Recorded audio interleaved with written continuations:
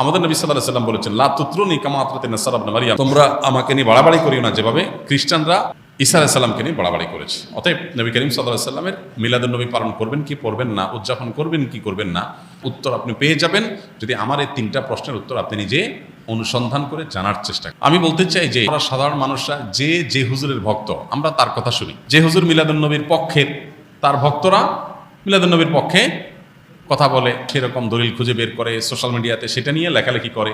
এই হুজুর মিলাদুন নবীর বিপক্ষে, ওনার ভক্তরা মিলাদুন নবীর বিপক্ষে তারা ক্যাম্পেইন করে, কাজকাম করে। আমার কথা হলো যে আপনি হুজুরদের পক্ষ বিপক্ষ না নিয়ে কয়েকটা প্রশ্নের উত্তর খোঁজার জন্য আপনি নিরপেক্ষভাবে চেষ্টা করেন। আপনি শুধু উত্তর খোঁজার যদি সিরিয়াস চেষ্টা শুরু করে দেন এবং নিরপেক্ষভাবে চেষ্টা করেন, আমার বিশ্বাস যে আপনাকে আল্লাহ তাআলা হেদায়েত এবং সঠিক পথ যেটাই সেটা আল্লাহ তাআলা আপনাকে দেখিয়ে দিবেন। আমরা যারা গাড়ি চালাতে জানি তারা জানি যে গিয়ার, আপনার ম্যানুয়াল গিয়ার সাধারণত গাড়ি, এটা আপনার নিউট্রালে থাকার পর স্টার্ট দিলে গাড়ি স্টার্ট হবে। এর একটা দিয়ে রেখে দিয়েছেন আগে, এরপর আপনি স্টার্ট দিচ্ছেন, তাহলে গাড়ি কি হবে না, স্টার্ট হবে না, গাড়ি দৌড় দিবে, লাভ দিবে। এখন আপনি নিজে আগে মিলাদুন নবীর পক্ষের অথবা বিপক্ষের একটা গ্রুপে থেকে এরপরে বলতেছেন হ্যাঁ এই ব্যাপারে আপনি কি বলেন, কোরআন হাদিসে কি আছে, আপনি জানার চেষ্টা করছেন। এইভাবে আপনি আসলে সত্য জানতে পারবেন না। সত্য জানতে হলে আপনাকে নিউট্রালে থাকতে হবে, যে ঠিক আছে আমি এটা নিয়ে অনুসন্ধান চালাই, পড়াশোনা করি, স্টাডি করি এবং আমার স্টাডির পর নিরপেক্ষভাবে সত্যিটা জানার জন্য আমি চেষ্টা করি। আল্লাহ তাআলার কাছে দোয়া করি আল্লাহ যেন আমাকে হেদায়েত করেন, গাইড করেন, তাহলে আপনি ইনশাআল্লাহ সঠিক পথ পাবেন। 1 নম্বর প্রশ্ন হলো, নবী করিম সাল্লাল্লাহু আলাইহি সাল্লামের যেদিন জন্ম হয়েছে, মিলাদুন নবী মানে হলো নবী সাল্লাল্লাহু আলাইহি সাল্লামের জন্ম, এটাকে কেন্দ্র করে উদযাপন, আনন্দ ইত্যাদি।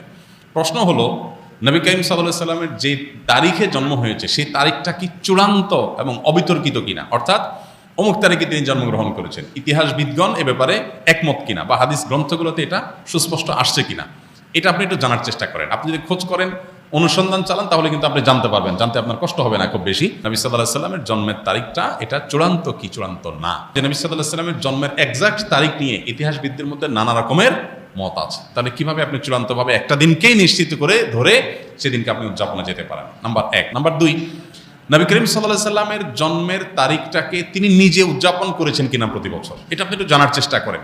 তাহলে তার সিনিয়র সাহাবী যারা 4 খলিফা আরও যারা আছেন, এই সমস্ত সাহাবীরা কেউ যারা যারা নবী সাল্লাল্লাহু আলাইহি সাল্লামকে সবচেয়ে বেশি ভালোবাসতেন, ভালোবাসার দোহাই দিয়েই তো আমরা এটা করি, তো তারা যারা নবী সাল্লাল্লাহু আলাইহি সাল্লামকে এর ভালোবাসায় যারা উত্তীর্ণ হয়ে গেছেন, ভালোবাসায় যারা প্রমাণিত, তার আশেকে রাসূল বলি যেটাই বলি আমরা তথাকথিত, এই জায়গাটায় যারা ইতিমধ্যে প্রমাণিত হয়ে গেছেন, সেই সাহাবীরা যাদেরকে কোরআনে আল্লাহ সার্টিফিকেট দিয়েছেন নবী সাল্লাল্লাহু আলাইহি সাল্লামের আনুগত্যের ব্যাপারে, ভালোবাসার ব্যাপারে, সেই মানুষগুলো নবী করিম সাল্লাল্লাহু আলাইহি সাল্লামের জন্ম দিবস উদযাপন করেছেন কি করেন নাই, আপনি এই বিষয়ে একটু খোঁজ নেন, তথ্য উপাত্তগুলো ভেরিফিকেশন করেন। দ্বিতীয়ত হলো যে জন্ম দিবস উদযাপনের এই কালচার কোত্থেকে আসছে, আপনি এটাও জানার চেষ্টা করেন। আপনি যদি একটু নিরপেক্ষভাবে এটা শুরু কোত্থেকে আসে দেখেন, আপনি দেখবেন এটা অগ্নিপূজক, প্রকৃতি পূজারী তাদের কাছ থেকে আসছে। আল্লাহ আমাকে আপনাকে আমাদের সবাইকে হেদায়েত এবং সত্যিকারের যে সঠিক পথ সেটা আল্লাহ তাআলা আমাদের সবাইকে আল্লাহ তাআলা দান করুন। মিলাদুন নবী মানে হলো নবী সাল্লাল্লাহু আলাইহি সাল্লামের জন্ম, আর সিরাতুন নবী মানে হলো নবী করিম সাল্লাল্লাহু আলাইহি সাল্লামের জীবনী। সিরাতুন নবীর মধ্যে নবী সাল্লাল্লাহু আলাইহি সাল্লামের জন্ম, মৃত্যু, শৈশব, বেড়ে ওঠা, আল্লাহর আদেশে নিজের জীবনের সব বিষয়গুলো এর মধ্যে আছে। সিরাতুন নবী মানে জীবন ইতিহাসের মধ্যে সবই আছে। একটা বিষয় হলো যে মিলাদুন নবী এটা আসলে উদযাপন বা অনুসরণ করার বিষয় না। নবী সাল্লাল্লাহু আলাইহি সাল্লামের জন্মকে আমরা চাইলে অনুসরণ করতে পারবো না, যে উনি যেভাবে জন্ম হয়েছেন, যে তারিখে হয়েছেন ওই তারিখে আমি হব, এরকম কোনো অপশন নাই তো। নবী সাল্লাল্লাহু আলাইহি সাল্লামের জীবন চরিত্র দেখে দেখে সেই অনুযায়ী আমি আমার জীবনকে গঠন করলাম। তো এটা হলো মূলত আমাদের জন্য গুরুত্বপূর্ণ। আমাদেরকে নবী সাল্লাল্লাহু আলাইহি সাল্লামকে আল্লাহ দিয়েছেন তাকে অনুসরণ করার জন্য, তাকে অনুসরণ করার নামগন্ধ নাই, কিন্তু তার মহব্বতের দাবি করে আমি যাচ্ছে তা করে বেড়ালাম, এটা আসলে ইসলাম হতে পারে না। ডিপ্রেশন এবং দুশ্চিন্তা এখন ঘরে ঘরে, যত বেশি সম্পদ, যত বেশি মানুষের দিনকাল ভালো, তত বেশি মানুষের মধ্যে দুশ্চিন্তা, ডিপ্রেশন বেশি। তো এই দুশ্চিন্তা এবং ডিপ্রেশন এটা থেকে মুক্তি লাভের জন্য আমাদের যে কাজগুলো করতে হবে তার ভিতরে 1 নম্বর হলো 5 ওয়াক্ত নামাজ যথাযথভাবে সুন্দরভাবে আদায় করতে হবে, খুব লম্বা সময় নিয়ে ধীরে ধীরে।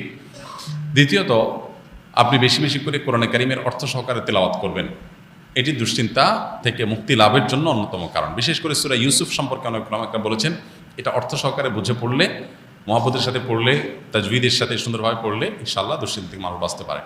নিয়মিত যদি কেউ দুরূদ পড়ে, সবসময় দুরূদ পড়ে, তো আল্লাহ তাআলা তাকে দুশ্চিন্তা মুক্ত করেন। আরেকটা হলো ইস্তেগফার যদি কেউ নিয়মিত পড়েন, তাকেও আল্লাহ তাআলা দুশ্চিন্তা থেকে হেফাজত রাখেন। আর এছাড়া দুশ্চিন্তা থেকে মুক্তি লাভের জন্য একটা বিশেষ দোয়া আছে, নবী সাল্লাল্লাহু আলাইহি ওয়াসাল্লাম পড়তেন, আল্লাহুম্মা ইন্নী আউযু বিকা মিনাল হাম্মি ওয়াল হাযান ওয়া আউযু বিকা মিনাল আজজি ওয়াল কাসাল ওয়া আউযু বিকা মিনাল বুখলি ওয়াল জুবন ওয়া আউযু বিকা মিন গালাবাতিদ দাইনি ওয়া কাহরির রিজাল। এই দোয়ার প্রথম অংশ যেটা, আল্লাহুম্মা ইন্নী আউযু বিকা মিনাল হাম্মি ওয়াল হাযান, আল্লাহ আপনার কাছ থেকে দুশ্চিন্তা, পেরেশানি, ডিপ্রেশন থেকে আমি পানা চাই। এই দোয়া বিশেষ করে পাঠ করবেন। আর এমনিতে নবী সাল্লাল্লাহু আলাইহি ওয়াসাল্লামের নিয়ম ছিল, কানা ইযা হাযাবাহু আমরুন ফাযা ইলাস সালাহ, কোনো বিষয় যখন তিনি পেরেশানিতে পড়তেন নামাজে চলে যেতেন, 2 রাকাত নামাজ পড়তেন।